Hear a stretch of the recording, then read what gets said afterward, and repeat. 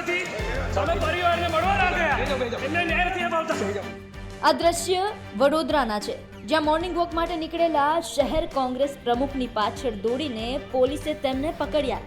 Police વેનમાં બેસાડ્યા અને નજર કેદ કર્યા.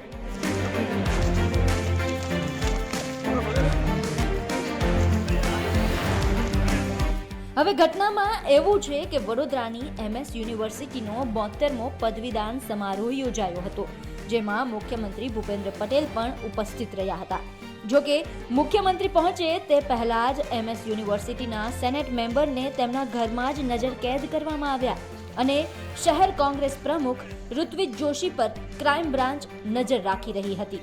જેવા ઋત્વિજ જોશી સવારમાં કમાટીબાગમાં મોર્નિંગ વોક માટે નીકળ્યા ત્યારે ક્રાઇમ બ્રાન્ચની ટીમ પણ તેમની પાછળ દોડતી હતી.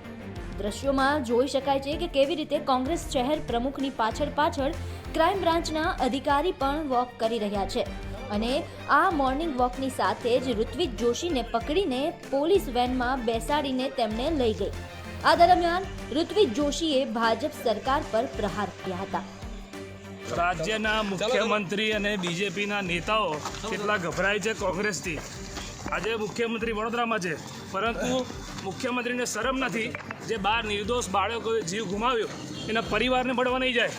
અને કોંગ્રેસ પાર્ટી જ્યારે 12 નિર્દોષ બાળકો માટે જ્યારે અમે ન્યાય માંગી રહ્યા છે, એમના પરિવાર માટે ન્યાય માંગીએ છીએ, ત્યારે મુખ્યમંત્રી અને ભાજપના નેતાઓ પોલીસને આગળ કરીને જે ગેરકાયદેસર, તમે જુઓ બીજેપીના ભ્રષ્ટાચારના કારણે 12 નિર્દોષ બાળકોએ જીવ ગુમાવ્યા. મુખ્યમંત્રીને શરમ નથી, તમે પરિવારને મળવા ના ગયા, એમને ન્યાય નથી અપાવતા.